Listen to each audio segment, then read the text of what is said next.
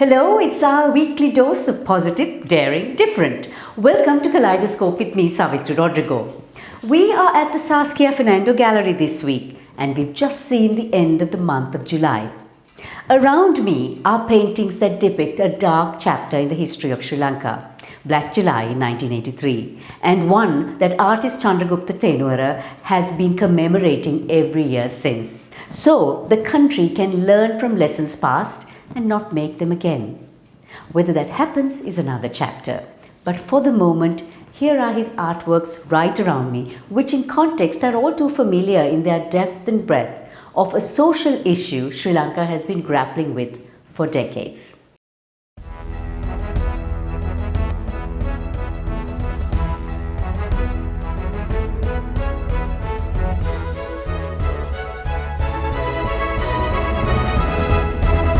The chambers speak out on the ground realities of doing business and export earnings allegations, a reminder of what history can teach us. 70,000 plus dreams put to paper, and up next, our CDB Snapshot.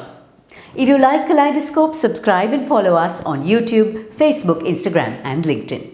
Did you know you can open a digital fixed deposit with just 5,000 rupees? Open a CDB iDeposit digital fixed deposit today. CDB, your friend. We need good news, and that's what we have to start off our CDB Snapshot. Exports increased by a record 20% to $1.2 billion in June, with the first half of 2022 adding $6.4 billion into the economy. For the first time in 20 years, Sri Lanka's trade balance records a surplus in June, a combination of the historically high monthly export earnings and continued decline in imports. Sri Lanka's inflation continues to skyrocket. It's 60.8% in July, with food inflation at 90.9% and transport at 143.6%.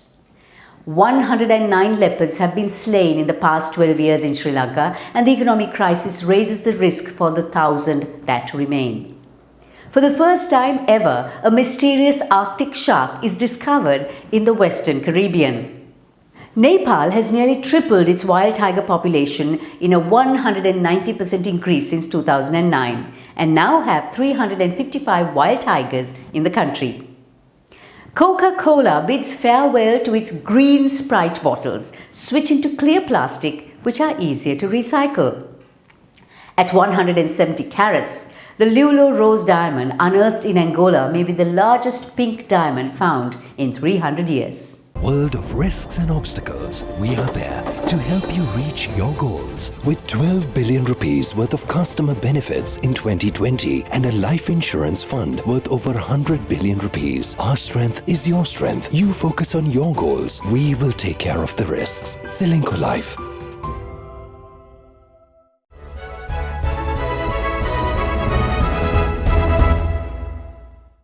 And now for our Srilanka Life News Capsule. It's been nearly 3 months since Ranil Wickremesinghe was sworn in as Prime Minister, then as Acting President and now President. But throughout the onset of the crisis, the Ceylon Chamber of Commerce has been calling for quick action to get the economy back on track. But has anything happened to allow business to do business? I checked in with Chairman of the Ceylon Chamber of Commerce, Vish Govindasamy, for a look at some ground realities. So Vish, since May this year, what is the progress that has been made for business to do business on the ground? Businesses have challenges, but the type of challenges the Sri Lankan businesses are facing now are unexplainable. In my lifetime, I have not seen the type of challenges that we are facing. Usually it's one challenge that we go after and resolve, but we are facing multiple challenges from all corners. It's forex, it's diesel, it's transport, you name it. We have every one of the problems. We have political problems, social problems, health problems, food scarcity, and you name it. So which one does a businessman focus? But short answer to your question, I don't see any progress. The private sector brings in much needed foreign exchange right at this time. But if you have no way of working and going back into business, then there is a problem. What is your immediate ask of the President? What is the private sector's immediate ask of the President? So the big ask is help the tourism sector, help the export sector, make sure the vulnerables are taken care of, right? Because we need to look after our people who are, unable to help themselves at this point because of the inflation hitting 60%, etc. So those are the asks, and work with the IMF, right, and get this staff level agreement done as soon as possible, and the debt restructuring.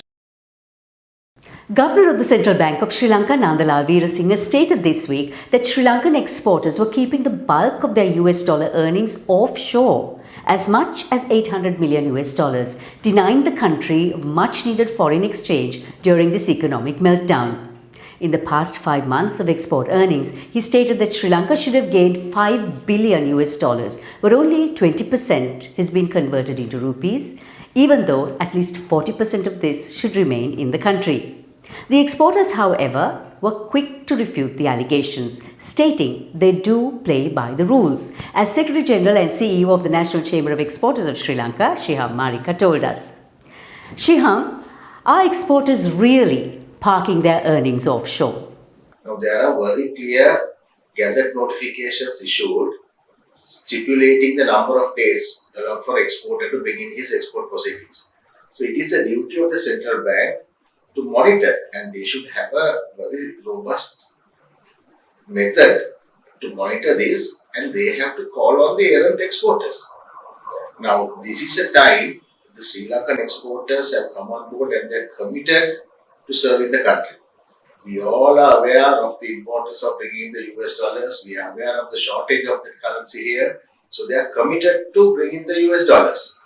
So, we as a chamber, we are 100% offering our services in terms of working together with the central bank in monitoring and making sure that the export proceedings are brought into the country. And at the Colombo Stock Exchange this week, the All Share Price Index moved up by 5% and the average daily turnover increased to 1.9 billion rupees. After touching record highs this year, oil prices have fallen sharply. WTI oil is trading at near $90 per barrel due to slowing growth in China and the US.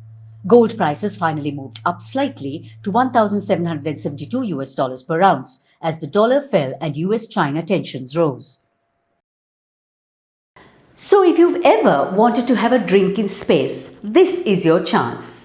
This Florida-based spaceship, Neptune, the world's only carbon-neutral spaceship, unveils a luxury pod that travels 20 miles above Earth for $125,000 per person and comes complete with a well-stocked bar. If you're looking to save time by speeding up your reading, simply hop on board with Sanjeev Jayaratnam's speed reading program. Just let us know and we'll gift you a program you can follow from anywhere in the world.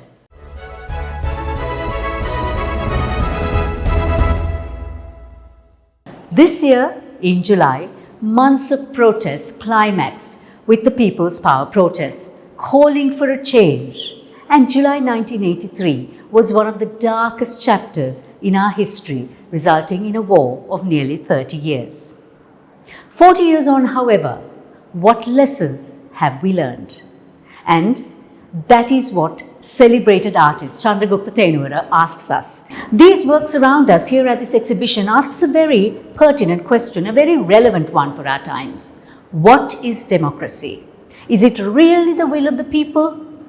Do we ever question this? And he brings in an interesting example from biblical history.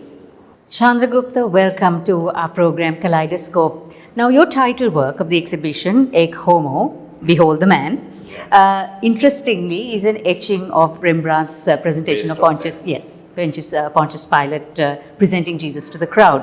When you look at this, how does this relate to actually what is happening around us right now?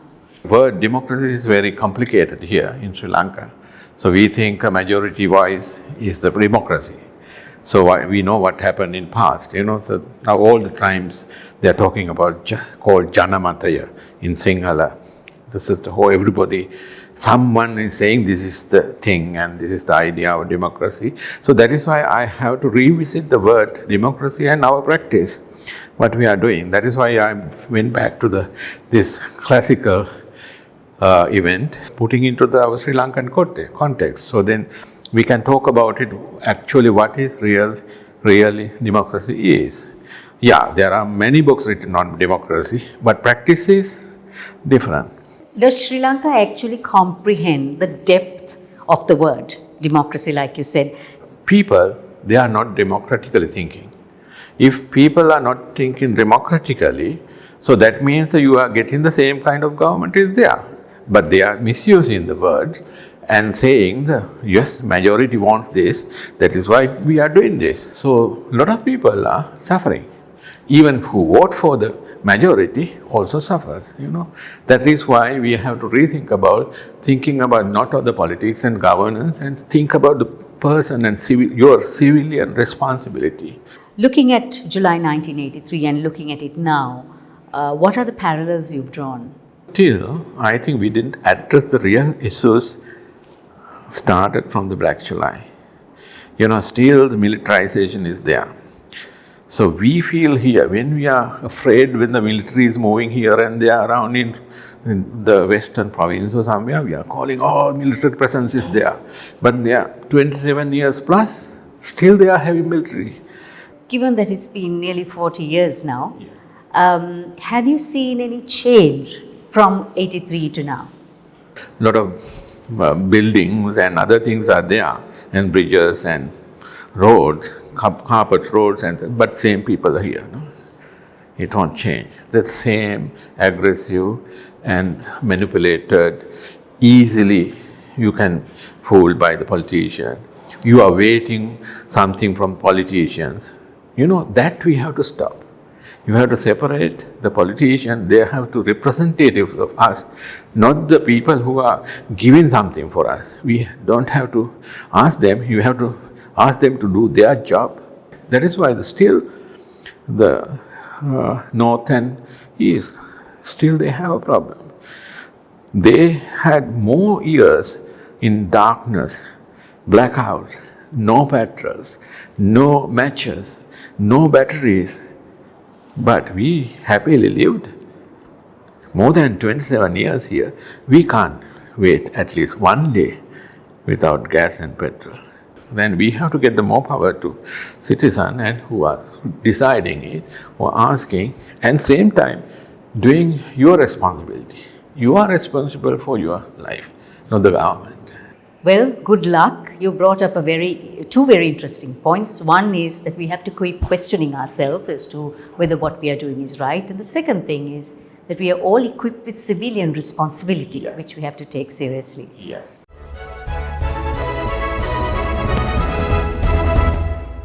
Today on Life in 60, we take a look at dreams, over 70,000 of them in fact. This was the result of Selingko Life's Sihina Situam, an art and essay competition that gave us a glimpse of the ambitions and aspirations of Sri Lankan children. And what a revelation it has been.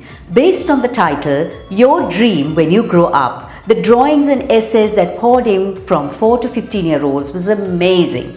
There were depictions of astronauts, engineers, ambassadors, teachers, doctors, firemen and firewomen, and even a Minister of Education. What is most revealing, however, is that even though children have spent most of the last 3 years at home, with schools closed for long periods, the touching words, colourful brush strokes and pencil shadings showed that dreams and hopes have never abated even in the most desolate times. So we'll be back next Friday, but until then, here's our Kaleidoscope takeaway. Study the past if you want to define the future.